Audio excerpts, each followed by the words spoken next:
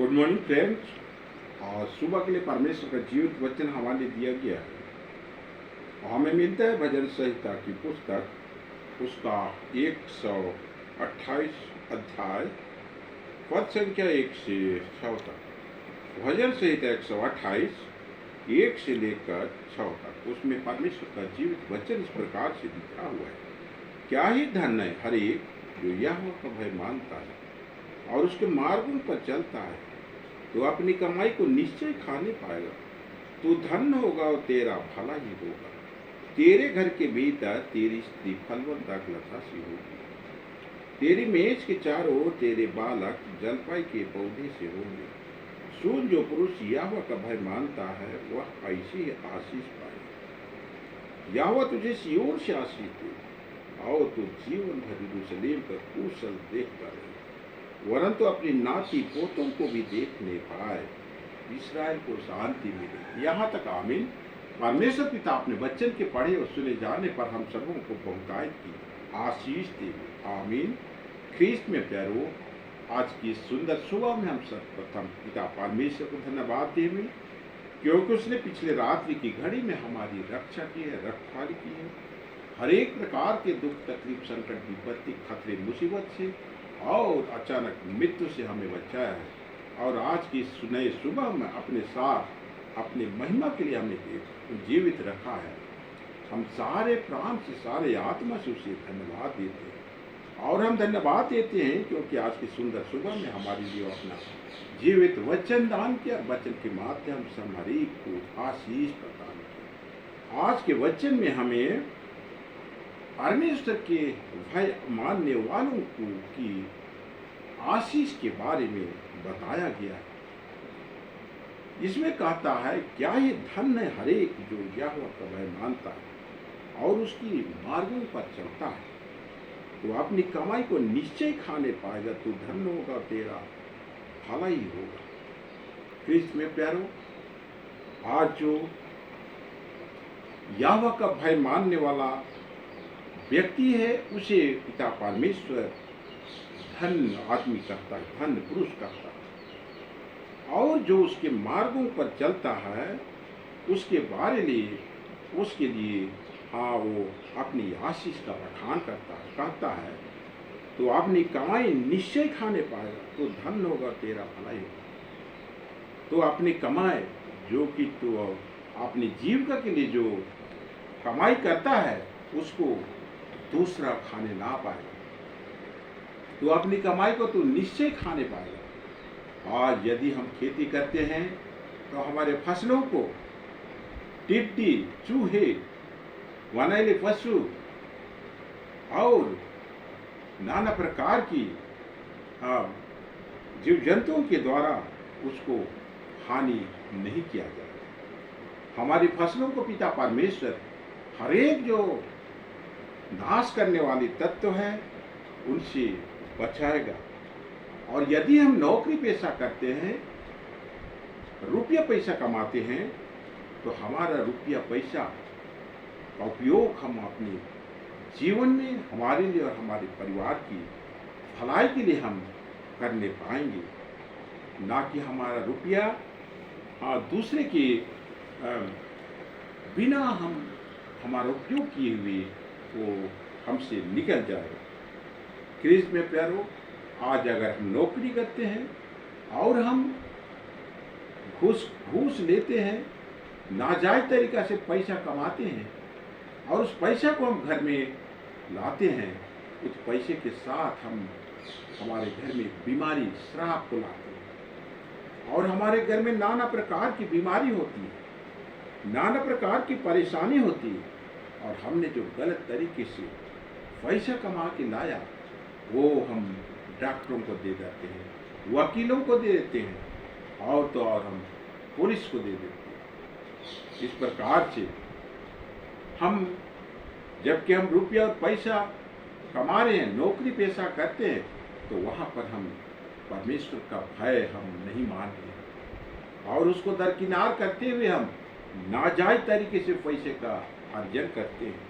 वो पैसा हमारे लिए श्राप होता है और हम उस पैसे को उपयोग नहीं कर पाते। हमारे परिवार में हमारे बाल बच्चों के बीच में और भी नाना प्रकार के हमारे बीच में समस्याएं आती, बीमारी आती और हमारा सब रुपया बिना व्यर्थ ही निकल जाता है।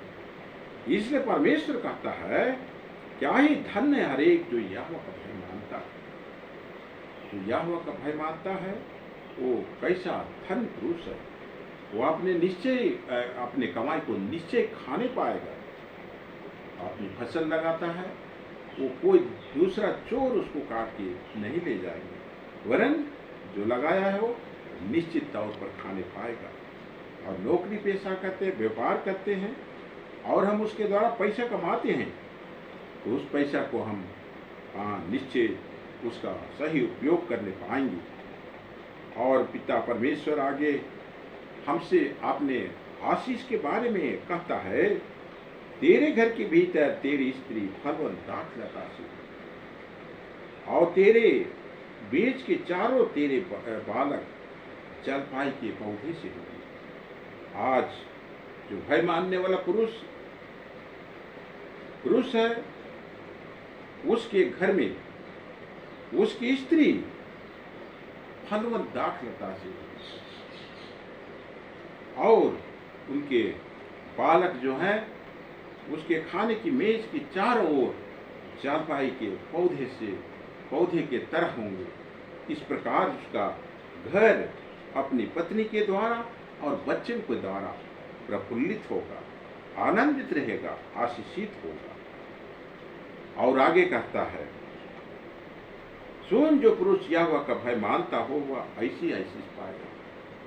कहता है, जो यहोवा का भय मानने वाला पुरुष है वो इसी प्रकार का आशीष पाएगा, उसके ऊपर किसी प्रकार का श्राप नहीं पाएगा।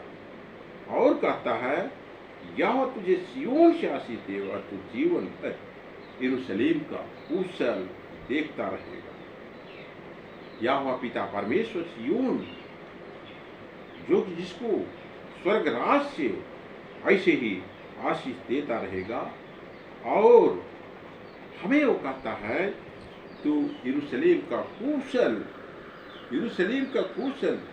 जिसको एक पवित्र नगर कहा गया है, उसका कुशल हमेशा देखता रहेगा।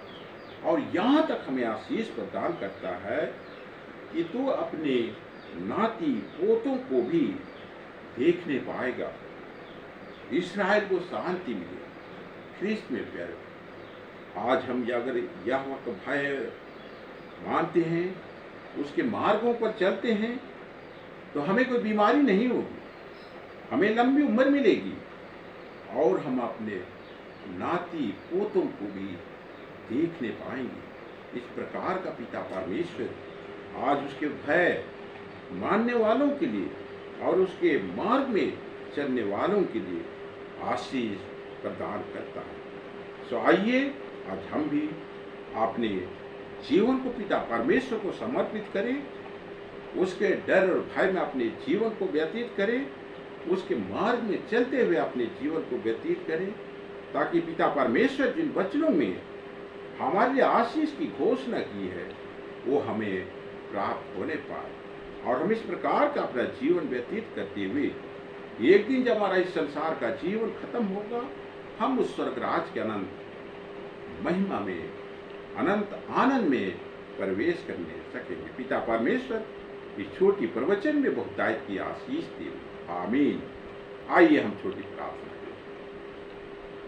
हे स्वर्ग शक्तिमान ईश्वर दयालु पिता, आज की सुंदर सुबह में तूने हमारे लिए अपना जीवित वचन दान किया, वचन के माध्यम से हमारी को आशीष प्रदान किया। प्रभु जी, हम इस बड़ी दया के लिए तुझे धन्यवाद देते हैं। आज वचन में हमें बताता है प्रभु जी, क्या ही धन्य वह पुरुष जो यहोवा का भय मानता है, उसकी मार्गों पर चलता है, वो निश्चय अपनी कमाई खाने पाएगा।